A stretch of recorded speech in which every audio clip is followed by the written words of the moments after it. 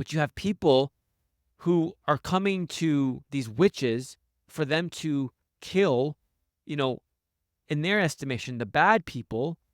And then the witches, instead of doing that, they're keeping the bad people alive and they're killing the good people. Like, you can see how crazy twisted and like jacked up the people of God were at this time.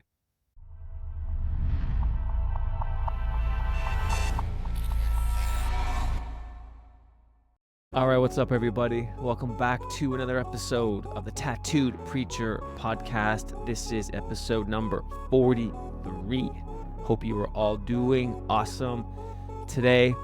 So this episode is going to be part 2 of the last episode that we did, which was the occult in the Old Testament. Now, for those of you who may be just tuning in here for the first time, we are doing a series of episodes on the occult, on witchcraft, sorcery, all that stuff, because there's so much stuff happening in our culture today, so many things happening in the kingdom of darkness that the average Christian wouldn't even begin to process if they were to hear some of these stories and experiences of people.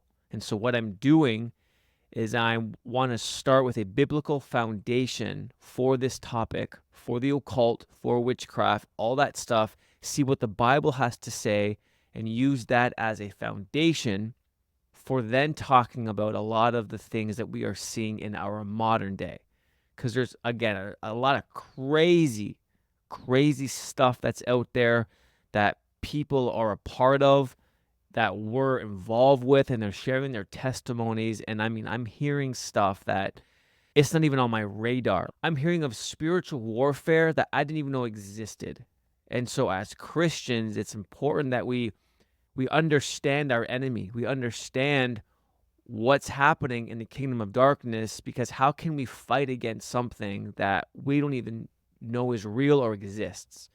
And so that's kind of the main point to me doing all of this. And then also, I just have this contention that as Christians, there's so much more that we should be experiencing with God. And there's no reason why the kingdom of darkness should be more powerful, or seems to be more powerful than the kingdom of God on the earth. And so I think that the average Christian has a very small paradigm, a very small box that they live in. And I think there's just so much more that they can experience. And so that's another reason why I'm looking at this subject, looking at the unseen realm, because we are spiritual beings. And there's a whole other world out there, supernatural realm, unseen realm, whatever term you want to use, that we engage with on a day-to-day basis, whether we realize it or not, that influences our physical realm. And so there's just so much stuff happening that the average Christian just is not aware of, doesn't know exists. And so, yeah, that's why I'm diving into this subject. And so this episode is going to be part 2. We're going to be looking at the occult in the Old Testament, just going a bit deeper than we did in the last episode. I wasn't originally planning on doing a part 2, but there's just some stuff here that will be a great foundational piece when we start looking at a lot of these modern day encounters and experiences, modern day occultic practices that we find roots here in the Bible. So that's where we're going. So that interests you, stick around, sit back, relax, and enjoy the episode.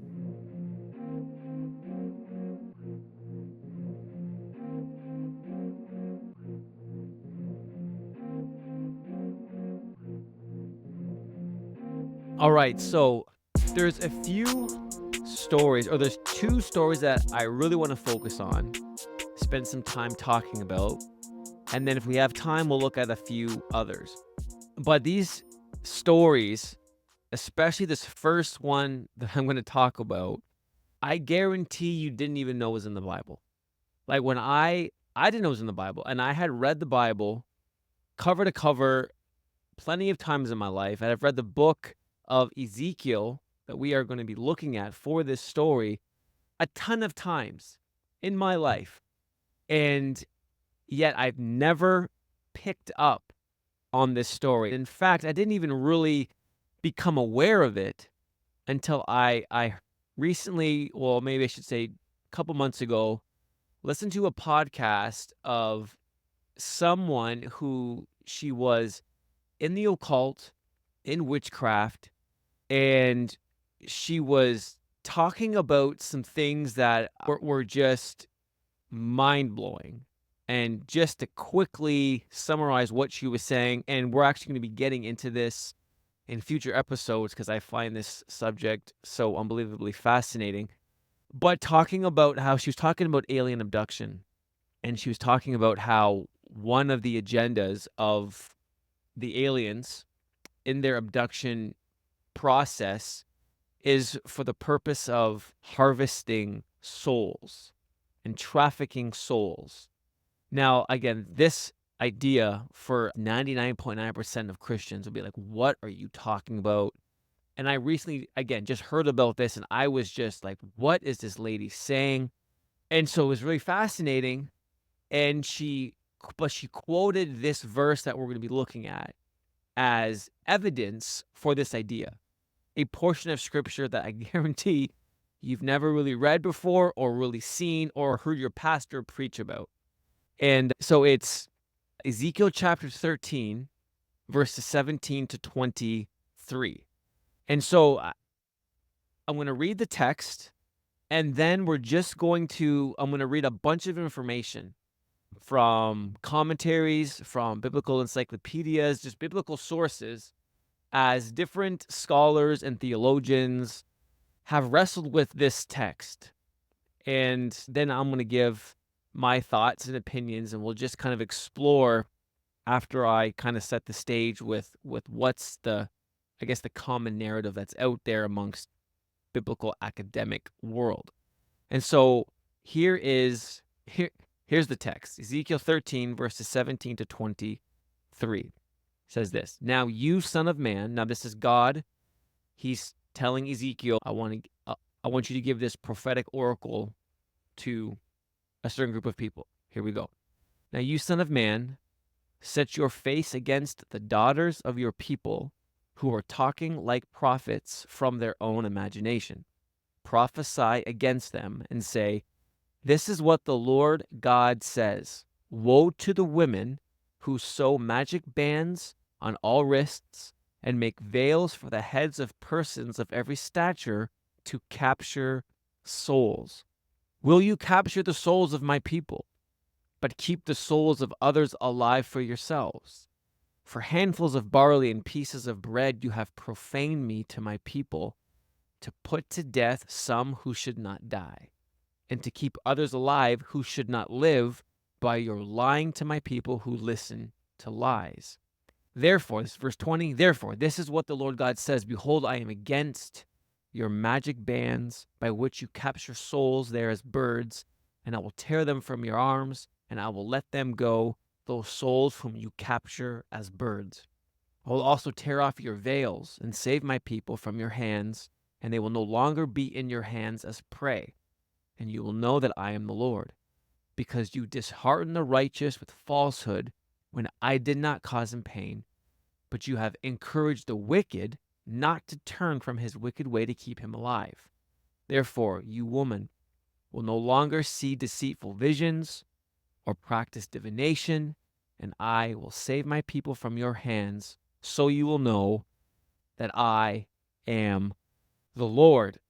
So you read that, and there's so much going on there that I'm like, what? Like, what is this capturing of souls? Now, as I mentioned, this lady that was in the occult, this ex-occultist, says that these souls have to do with the alien abduction phenomenon. And again, I'm not going to get into that in this episode, but you have this idea here of these women capturing souls. You have this idea of magic bands, veils, these magic charms. You have this idea of these women who are somehow killing people who shouldn't die and keeping alive people who should, all using, witchcraft, sorcery, divination. It's a bit crazy.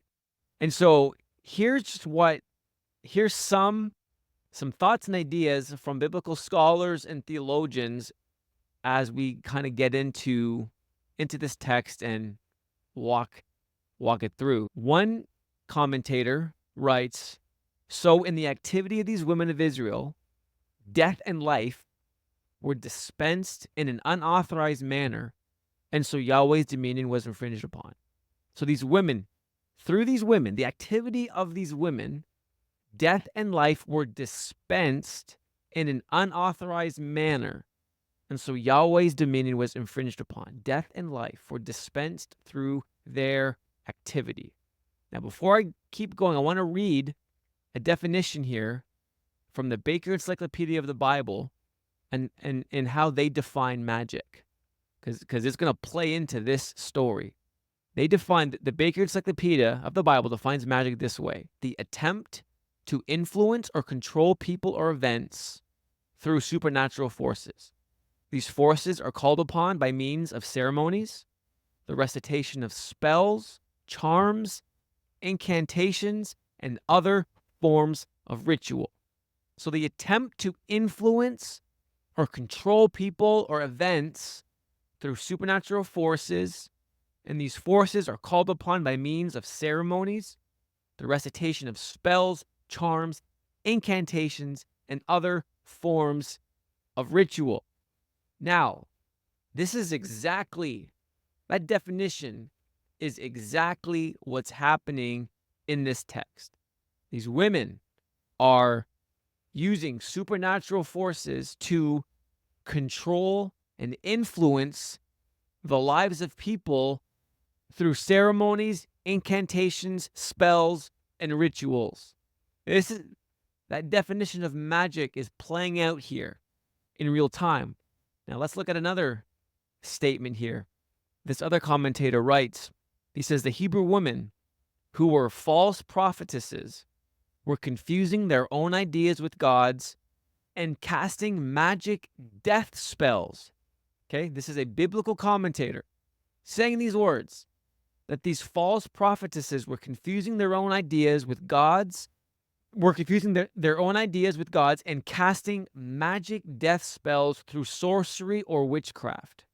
The charms and veils were elements used in occult rituals in the ancient Middle East. So these women here, now there's a double identity going on. They're seen as, God tells Ezekiel, speak to them as if you're speaking to a false prophet, and so, or false prophetesses, women prophets. So on one level, that's what's going on here. They're speaking, lying words to God's people about God, saying God is saying this when God didn't say that. And so in the Old Testament, that's a big no-no. The penalty for speaking on behalf of God, if he didn't say it, was death. So this is a big deal. So that's level one of what they're doing. But then level two is they're actually witches and sorcerers masquerading as false prophets.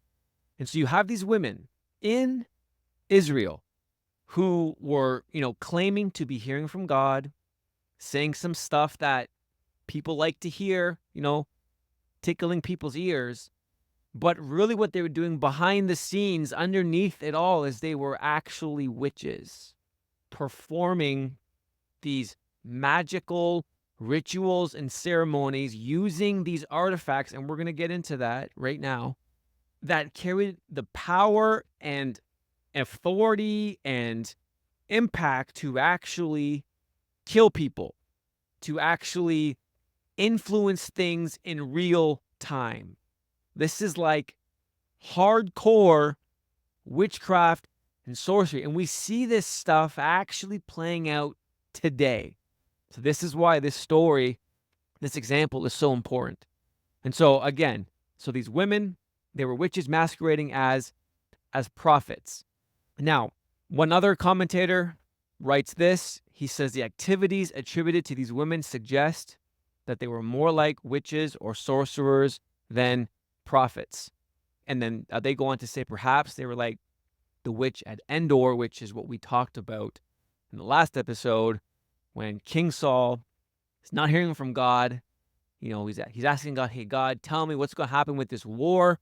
God's saying nothing. So then he goes, locates a witch, locates a medium, who then consults the disembodied Samuel, his spirit, up from Sheol to have a conversation.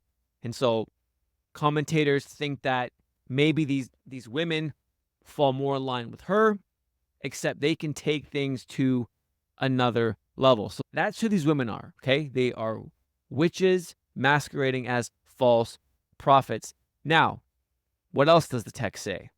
Then we get into verse 18. It says, woe to the women who sew magic bands on all wrists and make veils for the heads of persons of every stature to capture souls. And so this is where we get into, now, there's information here in the text that, again, commentators, theologians, they can talk about. But there's also mystery shrouded in the text as well. Because we don't really know exactly what they did. We know that they were using sorcery, they were using witchcraft, they were using these objects, these magic bands, these charms, these veils. Again, depending on your translation that you read, you'll see charms, you'll see veils, you'll see magic bands. But they were using these objects to elicit this demonic power from the kingdom of darkness. And so here are some thoughts, some ideas from scholars and theologians as they are trying to wrestle with these objects. One writes, "We know too little about this shadowy underworld of Israelite popular religion to understand precisely what they were up to. Tying bands around wrists and covering the head of the client with a shawl were no doubt magical actions accompanied by spells that were believed to have either beneficial or maleficent consequences, depending on the situation. Binding and loosing are part of the vocabulary of magic and exorcism, which, given the disposition to believe in their efficacy, may well have produced the effects predicted by the sorceresses. Such recourse is condemned in the laws in Deuteronomy 18:10-14, as it is here, because it perverts the genuine means of revelation which God has provided for Israel through prophetic intermediaries." So this guy says that, again, there's mystery around this. It's the shadowy underworld is not exactly known how they did what they did, but this tying of bands around wrists and wearing shawls and veils over the face, they are somehow connected to magical actions and spells that were then used to conduct whatever the witches wanted to do.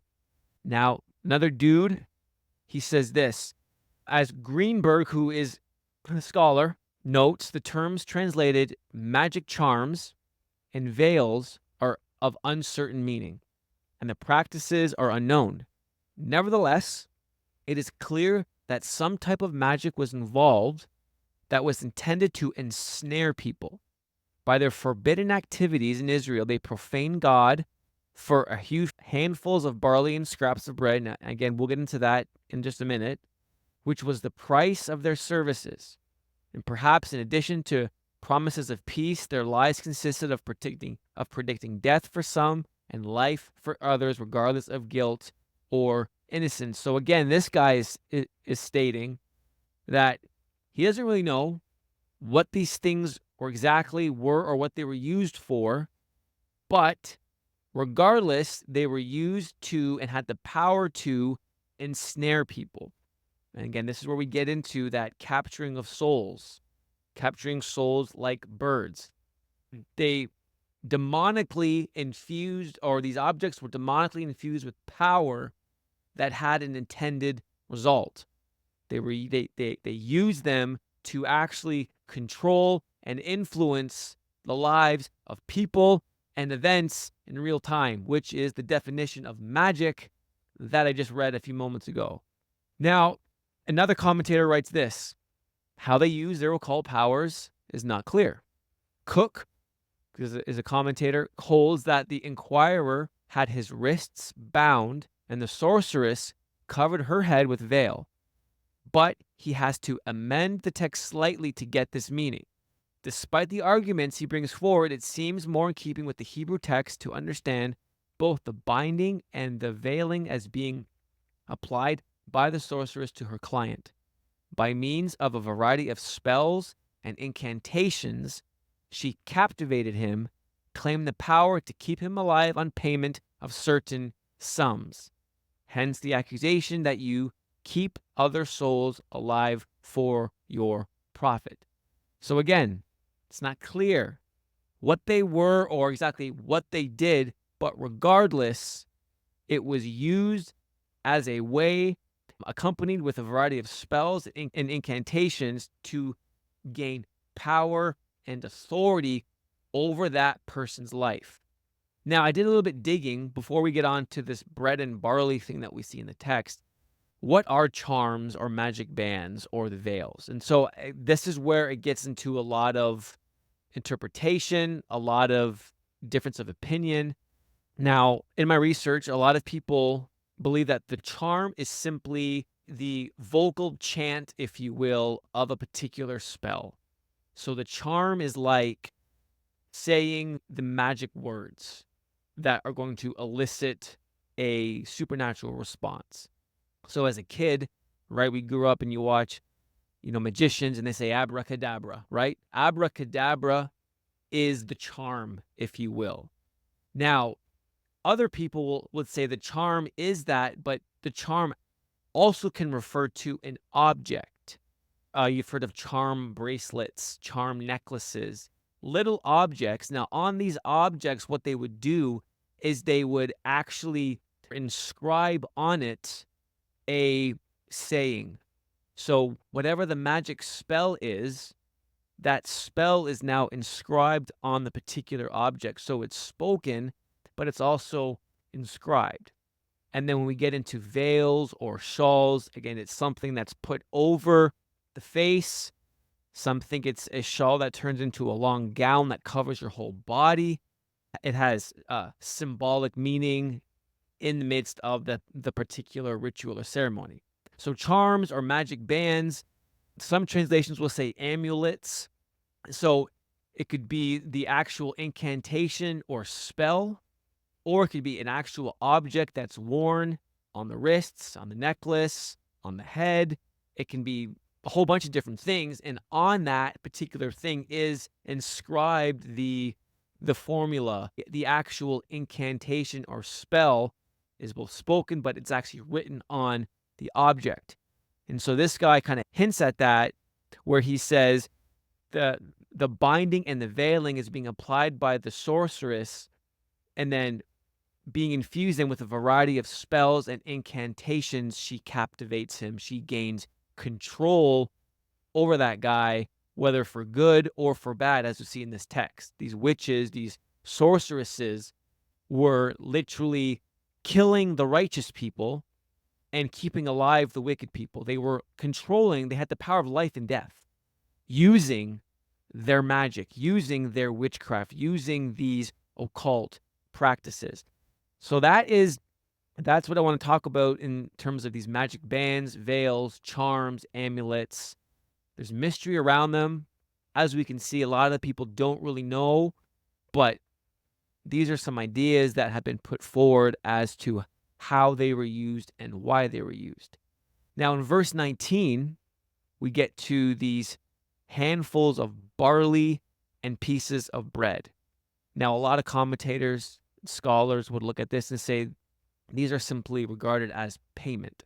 And so when you study the ancient culture here, payment can be made by using, food sources. So you, instead of paying with money, you pay with bread, and you can pay with barley.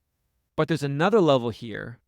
And one commentator writes this. He says, the handfuls of barley and pieces of bread, which used to be regarded as payments in kind, which women received, were in fact used in divination, either as accompanying sacrificial offerings or more likely as auguries to be examined to see whether a sick client will live or die. And so there's a kind of that second level here. It speaks of this bread and this barley used as part of the ritual or the ceremony. So it's not just simply a payment, can be that, but when you start looking at that world, oftentimes in these ceremonies, in these rituals, that bread and barley were actually a part of those rituals and ceremonies. And so this is why these people would bring these witches, bread and the barley, to be used in conjunction with that particular ceremony or ritual. And then verse 20, then God basically says, all right, ladies, I'm going to stop this. I'm going to tear these bands off your wrists, these magical charms, these amulets, these bands, these veils, everything that you're using to elicit this supernatural power, these supernatural forces.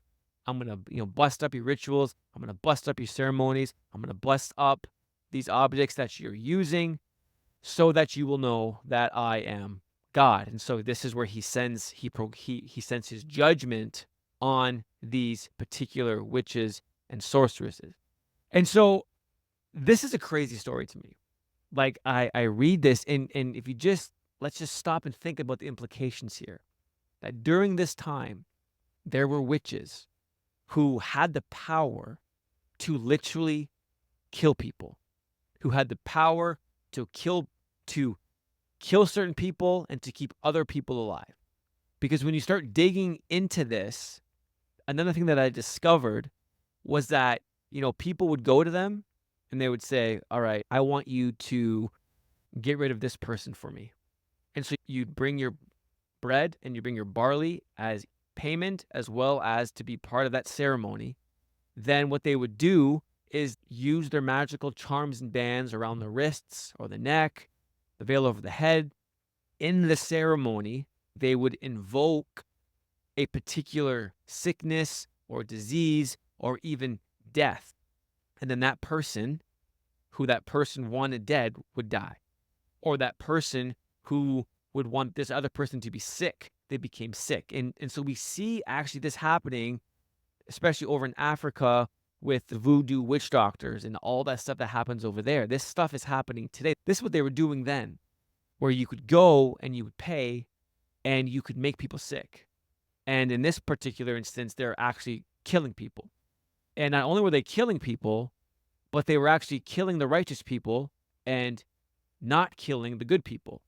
And so you can see this weird element playing out where you have witchcraft, which is, God completely forbid, to the point where if you are found to be practicing this stuff, you get the death penalty. But you have people who are coming to these witches for them to kill, in their estimation, the bad people. And then the witches, instead of doing that, they're keeping the bad people alive and they're killing the good people. Like, you can see how crazy twisted and like jacked up the people of God were at this time, where you have followers of Yahweh who, instead of trusting God to take care of the situation, decide, no, I'm going to go to a witch and I'm going to get a witch to cast a spell to put on someone else. So then, as a means of judgment. So it's like you're going to the witch to put a spell on someone that you think is like an enemy, which is just, that's how like far gone and jacked up they were. But then you actually have the witches who are stepping back and they're looking at this, at what's going on, and they're like, oh, okay, so here's the righteous people, here are the not righteous people. I'm going to kill the righteous and keep alive the wicked. So you have the wicked people coming in asking the witches to kill the righteous, and they do it. You have the righteous people coming to the witches asking to kill the wicked people, and they're keeping them alive. It's bizarre, but this stuff was happening. And so I think this is a good story to talk about, a good foundational piece to look at, because in our modern day today, there is so much stuff happening that we can see roots here. Spiritual warfare that's taking place just like this. And so I think it's crazy that this is in the Bible. So that's what I want to say about that particular form of witchcraft sorcery in the Bible, because I guarantee you didn't know it was there.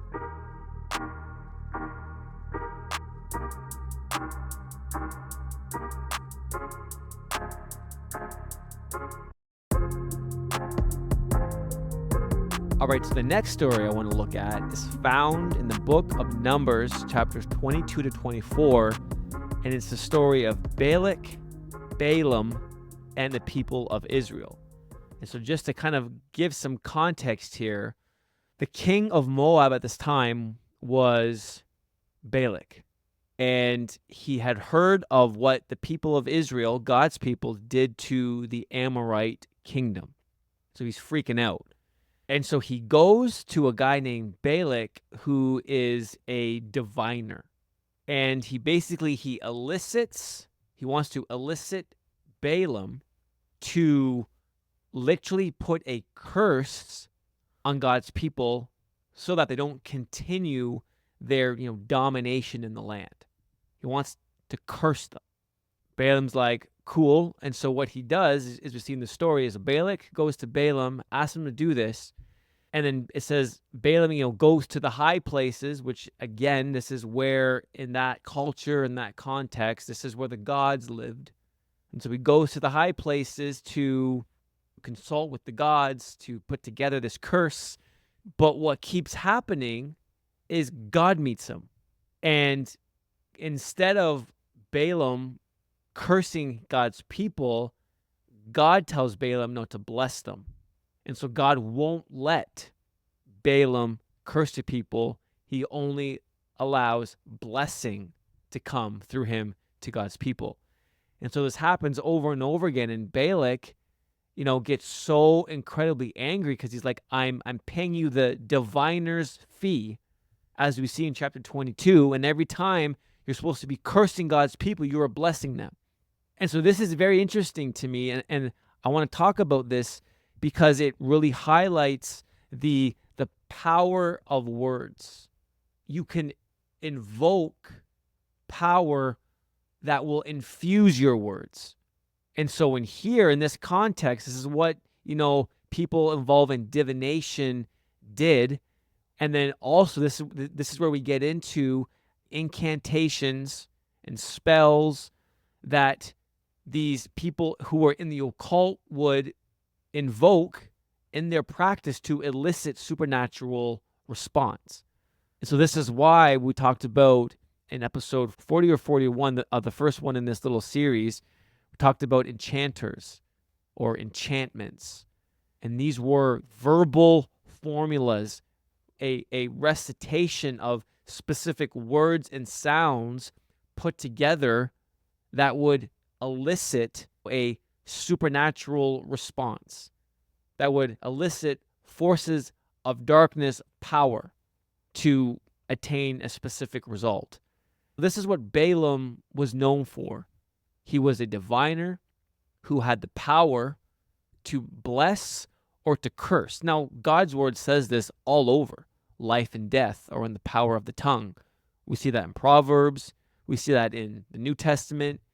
Life and death are in the power of the tongue. Now, I think as Christians, we know this verse, but we don't really understand the weight of this verse. We don't understand that there could be supernatural influence behind your words, whether you know it or not. Now, in this case, it was known, right? This guy goes, he consults the gods, gets his power, and he's a diviner, so he's a part of this world. This is what he does. He's a part of the occult. He's a part of that dark, the powers of darkness. He receives payment, and this is what he does for a living. He can invoke blessing or cursing on whoever he intends to invoke that blessing or cursing. Because Balak, he wouldn't do this if it never elicited results. Like if you were a king, you would never spend money to have something done for you if you knew that this thing was fake, wasn't real, or couldn't actually produce the results that you want. So clearly the king knew, if I go to this dude Balaam, if I get him to curse them, it's going to actually work it's going to actually elicit the result that I want. And so this stuff, man, like this is where words are powerful, number one, but number two, this is where when we talk about the occult, we talk about magic, we talk about there are certain in Acts when, and we'll get into this probably in the next episode as we look in the occult in the New Testament, but when I think it's in Acts 19 when Simon the magician, I think he gets saved, and then a small revival breaks out in that city, and all these people were bringing their books to be burned. What's in all of these magic, quote unquote, magic books? It's filled with spells, formulas, these certain things that need to be recited. Why? Because they elicit a supernatural response. Now, just that idea right there is just is mind-blowing.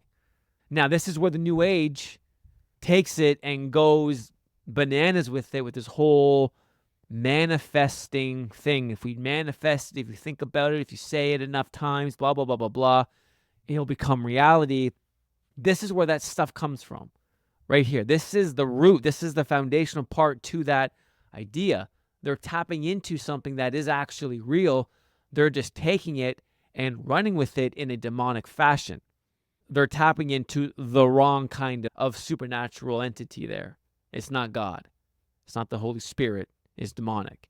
But this whole manifesting thing would not even be a thing if there was no actual results to it. Obviously, certain people are tapping into this divining kind of occult practice.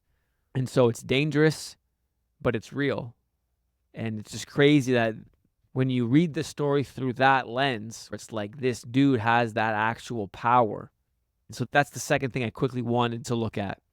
And then the third thing, we'll just do three, just for the sake of time in this episode, because we are getting on there in time.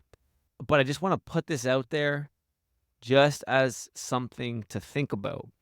There's a very interesting verse in Isaiah 28:15. So I'm going to read it in the NASB, and then I'm going to read it in the NLT. In the NASB, it says this: "Because you have said, we have made a covenant with death, and with Sheol we have made a pact.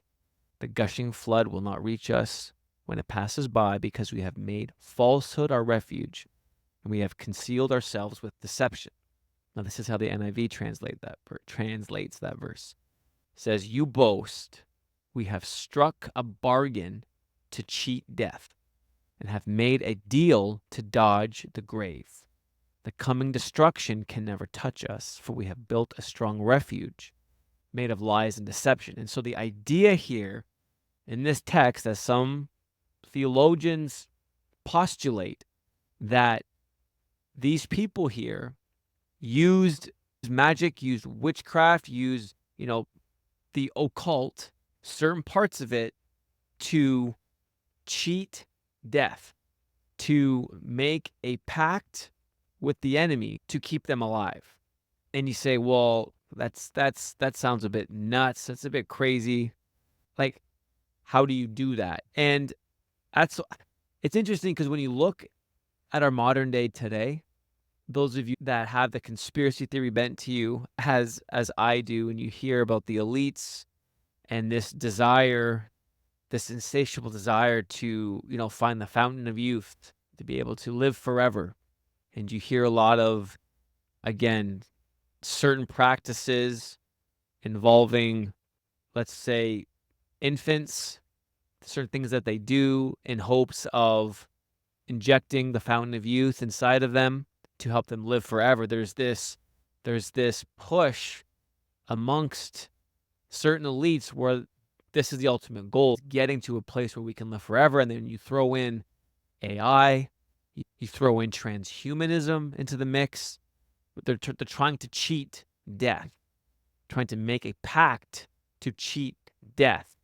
And so this is why this is interesting, why reading some of these thoughts from certain theologians where that's what was happening in this particular verse. These people had made a pact with death itself, made a pact with the dark side so as to find a way to live forever. I don't know. It's interesting when you look at some of the stuff that's out there and you see where technology is going and you see where just, yeah. And as we get into this more and more in future episodes, just the darkness that's out there and technology that's out there and how it's being used. I don't know. Can it happen? I personally, as of right now, I feel like, I'm going to say no. I can't see it. I still think that God's in control. And so I think that when God says enough is enough, it's enough. I don't think you can cheat or thwart the hand of God, but that doesn't mean that they don't stop trying to do that. And it doesn't mean that things can be created, technology created for the purposes of reaching that desired end and then causing a whole bunch of people to be sucked into that false ideology. You know what I mean? And so I think that it may not be real, but a lot of people seem to think it's real and want it to be real. And when you look at what we've already talked about in this episode with the kingdom of darkness and the demonic power and influence that is there, I don't know. It's enough for commentators to postulate upon. So I will leave that with you, and maybe we can discuss this more in a further episode. Well, that's it, I think, for episode 43, Occult in the Old Testament, part 2. I hope that this was entertaining, at least. Hope that opened your eyes to what's actually in the Bible, the kinds of things that are actually in the Bible, kinds of things that I guarantee most Christians didn't even know existed. But yeah, I'm going to contend, man, if this stuff is possible in the kingdom of darkness, how much more should we as God's people with the very presence of God living on the inside of us, how much more power should we be walking in? How much more should we be experiencing? And so in the next episode, we're going to look at the occult and witchcraft in the New Testament. And so, yeah, that interests you. You don't want to miss that. So thanks so much for watching and or listening, and have an awesome rest of your day or evening. And we'll see you all in the next episode. Much love and God bless.